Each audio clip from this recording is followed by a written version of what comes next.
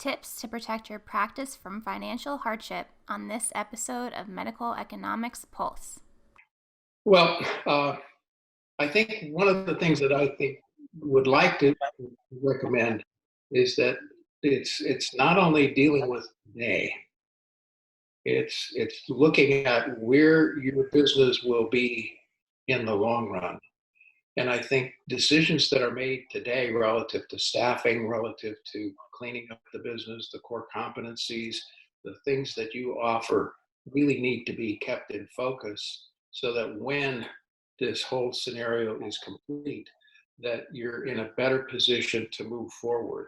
So things like maintaining relationships with patients, maintaining an understanding and communicating with your payers, talking with your bank, talking with your suppliers, and making sure you know all of those aspects.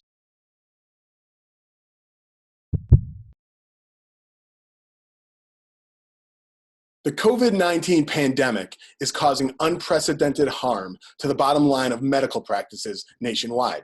Right now, keeping your practice open, let alone profitable, is a daunting challenge. Experts say physicians need to accept that their practice is going to take a financial hit and start planning accordingly. But where should you begin? Managing editor Todd Shryock sat down with healthcare business consultant Owen Dahl to discuss tips for protecting your practice from financial hardship during this crisis. Talk to me a little bit about the kind of financial impact that this COVID crisis is having on medical practices out there. Well, how many hours do we have? How's that? It's huge. And in a lot of ways, it depends on the specialty. It depends a lot on what you're doing in terms of the core competencies that you have and kind of how your organization is set up. So that's a long way of suggesting that when you're built on a lot of elective surgeries and things of that nature, there is obviously very little, if any, business that's coming in. So the financial impact is huge. If you've got an opportunity to do telemedicine and maintain some form of patient relationships, it's not all bad, if you will. But yet, I would say if somebody's able to keep 70% of their basic business, they're probably doing pretty well in terms of volume of activity when you combine any visits that you might have planned for the office as well as telemedicine and things of that nature. So I think the impact, the financial impact is tremendous. And so again, by specialty, by area that you might be talking about, that's really difficult to deal with. What can practices do, with all that being said, to kind of manage their finances and what may be an extended downtime for them? Well, fortunately, the CARES Act that was passed or signed into law about 10 or 12 days ago actually gives the opportunity for a practice to pursue the Small Business Administration and getting a loan that would cover many of the expenses that you would have. And as I understand it, you look at your 2019 payroll, you put numbers together like that, fill in the forms, yada, yada, yada, and that there will be enough funding available for about 8 weeks of operation. So if those funds are available, at least for payroll and so on, that's not too bad a deal in terms of wanting to keep your employees on the payroll. And that's the key point, is that if you had 10 employees and now you have 5 and you only keep 5 on the payroll, you have to look at bringing those other 5 back, if you will, in order to max the loan out. But the problem with that is that only covers about 8 weeks from the day you get the money. So it doesn't cover today because you don't have the money. It'll cover 8 weeks from when you get the money. So the objective of getting that Small Business Administration loan, I think, is absolutely essential for pretty much everybody. Even if it's a bridge to cover for 8 weeks, still gives you something. And the other point to make about that is that loan is forgiven if you keep those employees on the payroll for a period of time after the 8 weeks. But it's also, if you don't, it's only a 1% loan. So the cost of borrowing that money is not as significant as it would be, from going to some other alternative or some other venue. So I think that, and I think the other point to make is if, for example, this stuff hit in your community and you've been in a stay-at-home model for 2 or 3 or 4 weeks, right now you could be living off of your accounts receivable, the cash flow that's come in from prior business. So that's all good. But if you had say a 30-day turnover of most of your money, well, guess what? After 30 days, there's not much that's going to be there in that accounts receivable to keep you going. So if you've had AR, great, get the loan, great. You might get, say, 90 days of funding through this. There's no guarantee that the federal government will extend that 8 weeks. And so we don't know what will happen after that. Again, if you've had to close your office, if you've had to reduce your volume of business, you may be able to make it for that 90 days. But after that, I don't know if there's anything you're going to be able to do. Okay. Many practices use a line of credit to get through difficult times. If a practice doesn't already have one, is it too late to get one? How are banks viewing medical practices in these trying times? That's like a $64,000 question. I think the key on that is if you've had a relationship with the bank, if you've been able to fund and cash flow through the bank for a long period of time, I think they're going to be more open to offering you a line of credit than if you didn't have a relationship with the bank. In other words, if you bounce between banks, if you just change banks because you got mad at somebody the first of the year, you may not have that relationship. The line of credit option may not be available, but it is absolutely something you should ask for. It is absolutely something you should look at and build a line of credit in terms of modeling.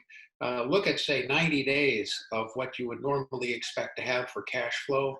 And so your target, perhaps, in terms of your volume of what you would ask for in the line of credit might be a 90-day window. So if you were $100,000 each month, you would see if you could get a line of credit for $300,000. Okay.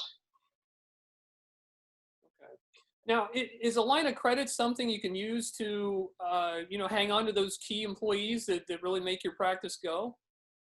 Well, yeah, but again, the line of credit is going to help you with it. Well, put it into two perspectives. If you get the SBA loan, you have an obligation to maintain those employees.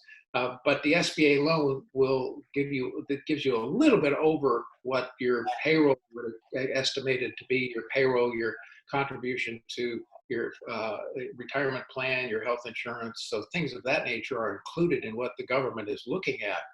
But it doesn't pay your rent. It doesn't pay your cost for leasing any equipment that you might have and that sort of thing. So the line of credit is going to be important to help you out for that period of time. Now, that SBA loan will give you a little bit more than what your payroll would normally be. So there's a little fudge there, but that line of credit, your accounts receivable, your line of credit, those sources of cash are going to help you keep going for a period of time. Are there other financial strategies a practice can use to get through this? Well, again, I would absolutely pursue cleaning up my accounts receivable in any way that I possibly could. So your employees that are on the payroll that would be coming back to work or that would be maintained at work, have them help do collections, have them help follow up on outstanding insurance claims and things of that nature so that you've got that source.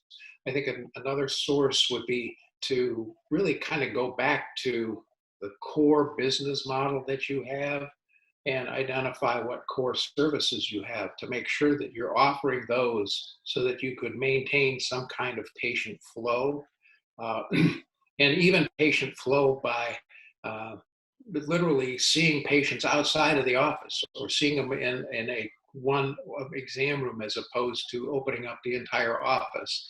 Different ways of trying to maintain that patient relationship. I think another key on this is telemedicine and what you're doing with all of the digital components that you have opportunities to do.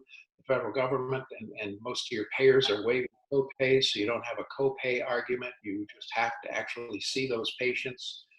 And again, keeping your revenue cycle team going and moving forward will help you a lot in moving forward. You've lost the elective surgeries. It's difficult to bring a bunch of people in and continually do a lot of imaging unless you stage that properly. So there's a lot of questions that go into it. But I think if we're realistically looking at trying to maintain some financial stability, you got to start to think out of the box and think about what else can I offer? What else can I do in terms of maintaining my relationship with patients so that I can maintain my business model through this period of whether it be another 4, 6, 8, 12 weeks that would be really in this more difficult phase that we have to deal with. What about the staff? You know, they may be dealing with difficulties at home. They're watching the business drop off. They have a good idea of what's going on. What can the physician do to keep staff morale up and keep everybody happy and focused? Well, again, these are great questions, Todd, and I wish I had a crystal ball or a magic wand that I could wave that would help everybody do this. But I think there's really 2 or 3 parts to answer that question. One is you have to look again at your core business as to where you want to be when you come out of this. So if it's 3 months from now, who do you want as an employee? And how do you want to make sure that you maintain those particular employees? So they fit into that model of the SBA coverage and that sort of thing. I think once you've done that, you really need to communicate with your employees. You need to tell them what's going on. They need to be informed, but they also need to tell you where they are. So I want to know what's happening at home. Do you have an elderly parent that's living with you? Do they have the kids, and are they struggling with trying to get into the digital education, the digital learning process, and so on? The second stimulus act passed suggested that there would be 2 weeks of pay for sick leave. There would be up to 10 weeks of FMLA at 2/3 of what the employee would have. So there are some fundings that are available to help deal with the employee, again, outside of the SBA loan. So back to your question then about the morale. First of all, communication, letting them know what your plans are, kind of where it's headed, what's going to happen, and that sort of thing. So I think you have to be really almost a psychologist, if you will, in terms of understanding how that employee is. Each individual employee has their own story to tell. And so it's important to put that into perspective. The business has its story to tell in terms of kind of where it's going. Then you can offer incentives to employees. You can offer lunch once a week or twice a week.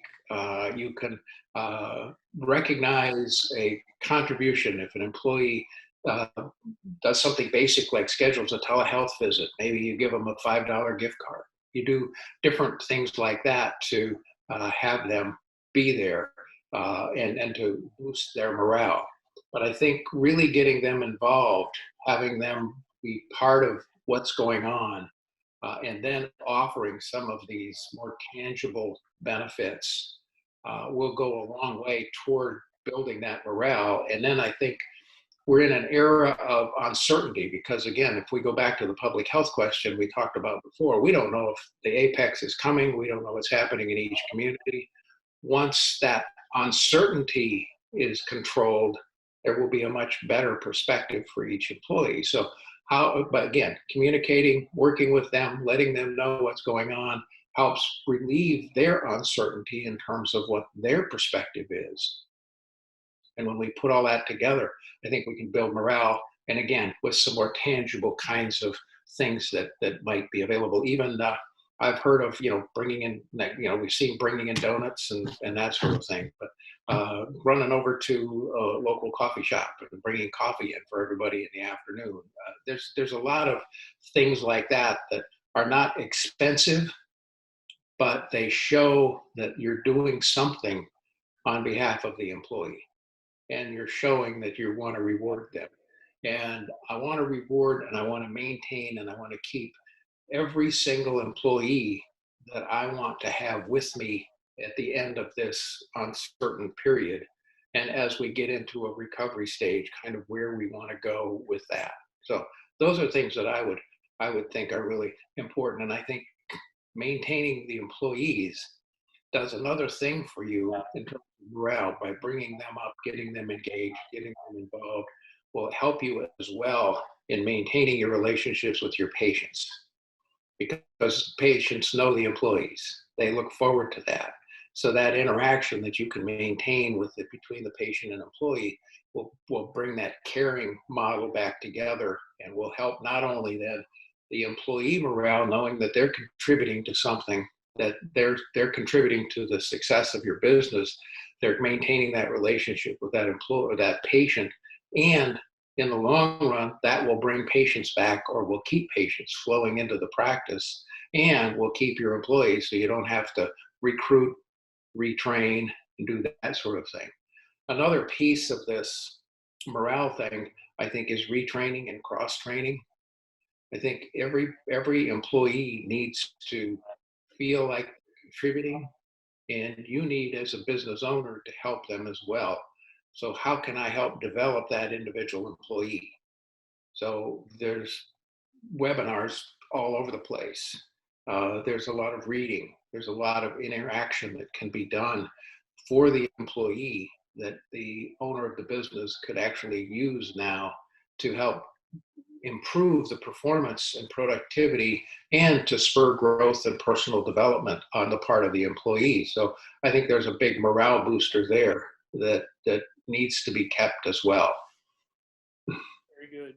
Any other thoughts or advice for the practices that are struggling to get through this?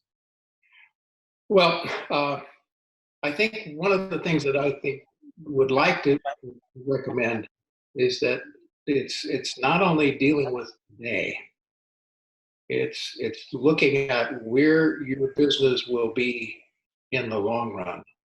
And I think decisions that are made today relative to staffing, relative to cleaning up the business, the core competencies, the things that you offer really need to be kept in focus so that when this whole scenario is complete, that you're in a better position to move forward. So things like maintaining relationships with patients, maintaining and understanding and communicating with your payers, talking with your bank, talking with your suppliers, and making sure you know all of those aspects and how that fits, not only for today, but where is that going to take you 3 months, 6 months, 8, 12, months from now in terms of where we want to go. So I want to caution everybody not just to say, oh, I got to get through today. I got to get through this 8 weeks. I agree. You got to get through that. But as you're thinking about this, keep in mind what that means in the long run in terms of where you might go and how that might fit. Right. Owen, I appreciate you taking the time to speak with me today. Hey, Todd, this has been great. I hope it's been helpful. I hope it encourages everyone to continue moving forward. I want to commend every single individual that goes into the office and that has the work. I want to thank them for their efforts that they're putting forth and hope and pray that the outcome of the efforts that they're putting forth will maintain and enhance our healthcare delivery systems so that we can improve the care that we provide to our patients in the long run. So thanks for this opportunity, Todd. And again, I hope everybody gets challenged by some of these things to think about.